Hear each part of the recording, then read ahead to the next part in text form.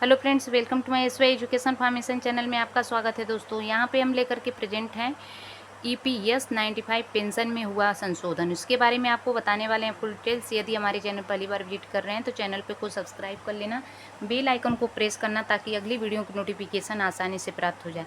खुशखबरी, ईपीएस 95 कर्मचारी पेंशन योजना के साथ टेबल डी में हुआ संशोधन। 23 लाख सदस्यों को मिलेगा लाभ, राजपत्र जारी हुआ।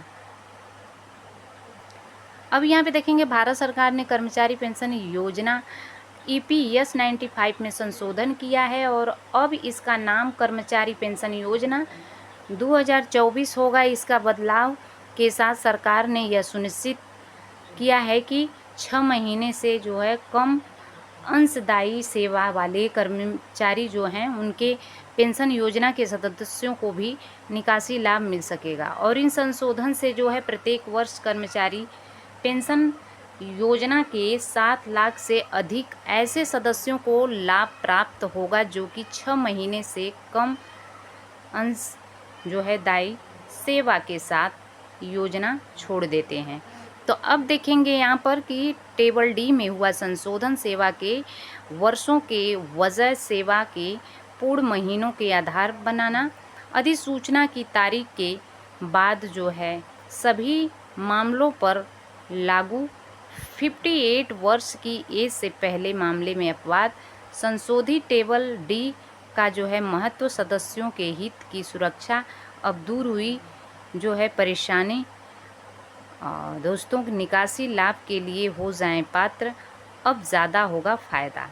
तो क्या है, सब कुछ लगातार बने रहिए, हम इस अपडेट में आपको बताने वाले हैं। आपको दोस्तों, केंद्र सरकार ने जो है तालिका डी को संशोधित किया है और यह सुनिश्चित किया है कि सदस्यों को अनुपातिक निकासी लाभ देने के लिए सेवा के प्रत्येक पूरे महीने को ध्यान में रखा जाए और किसी भी निकासी लाभ की राशि अब सदस्य द्वारा दी जाएगी।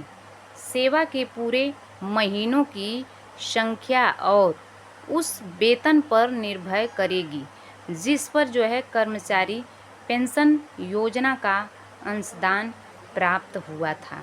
भारत सरकार के श्रम और रोजगार मंत्रालय ईपीएस 95 के तहत टेबल डी में संशोधन किया है, जो कि योजना के पैरा 14 के तहत निकासी लाभ की गणना के लिए उपयोग किया जाता है। सेवा के वर्षों के वजह सेवा के पूर्ण महीनों को आधार बनाना। पहले जहां सेवा के वर्षों को गणना का आधार माना जाता था, अब जो है ऐसे पेंशन के लिए जो है पात्र नहीं होने वाले मामलों में सेवा के महीनों निकासी लाभ की गणना के लिए आधार माना जाएगा। अधिसूचना की तारीख के बाद सभी मामलों पर लागू। संशोधित टेबल डी योजना के पैरा 6A के अनुसार सेवा छोड़ने की जो तारीख के बावजूद अधिसूचना की तारीख के बाद निपटाए गए सभी निकासी लाभ मामलों पर लागू होगी और 58 वर्ष की एज से पहले के मामलों में अपवाद। केवल वही मामले अपवाद होंगे जहां सदस्य ने यहाँ पे 14/6/2024 से पहले 58 वर्ष की एज प्राप्त कर ली है। ऐसे मामले में जो है, क्योंकि 58 वर्ष की एज पूरी करने की तारीख यानी योजना से बाहर निकलने की तारीख अधिसूचना की तारीख से पहले है, इसलिए इसके लिए गणना पूर्ववर्ती टेबल डी के आधार पर जारी होगा। अब संशोधित जो टेबल डी का जो है महत्व है, संशोधित टेबल डी के उपयोग से उन सदस्यों को लाभ होगा जिनकी सेवा अवधि कम है लेकिन उन्होंने नियमित रूप से योगदान दिया है और यह सुनिश्चित करेगा कि उन्हें उनके योगदान के आधार पर उचित निकासी लाभ मिले। और सदस्यों के हितों की सुरक्षा। संशोधन का मुख्य उद्देश्य उन सदस्यों के हितों की सुरक्षा करना है जो अल्पकालिक सेवा के बाद भी योजना में योगदान देते हैं और इससे जो है उनके भविष्य के वित्तीय सुरक्षा में मदद मिलेगी। अब जो है दूर हुई परेशानी। अब तक निकासी लाभ की गणना पूर्ण वर्षों में अंशदायी सेवा की अवधि और उस वेतन के आधार पर की जा रही थी, जिस पर कर्मचारी पेंशन योजना के अंशदान का भुगतान किया गया है।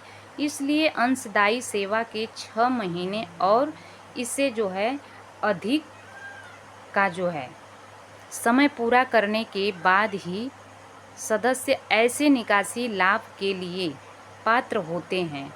परिणाम स्वरूप 6 महीने या जो है उसे अधिक समय तक अंशदान करने से पहले योजना छोड़ने वाले सदस्यों को जो है कोई निकासी लाभ नहीं मिलता था। अब जो है कई दावों के खारिज होने पर शिकायतों का कारण था, क्योंकि कई सदस्य 6 महीने से काम की अंशदायी सेवा किए बिना ही योजना छोड़ रहे हैं।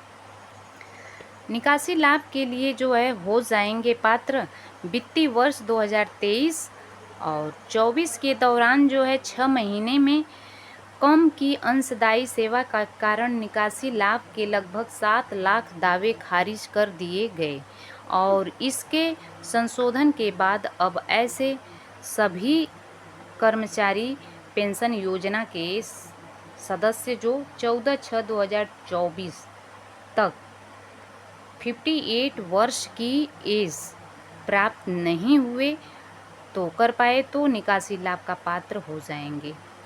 अब ज़्यादा होगा फ़ायदा।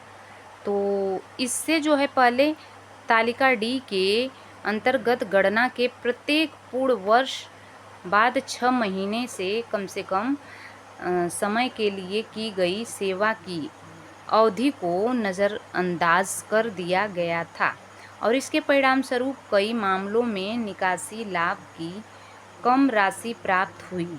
तालिका डी के संशोधन के साथ निकासी लाभ की गणना के लिए अंशदायी सेवा को अब पूर्ण महीनों में माना जाएगा।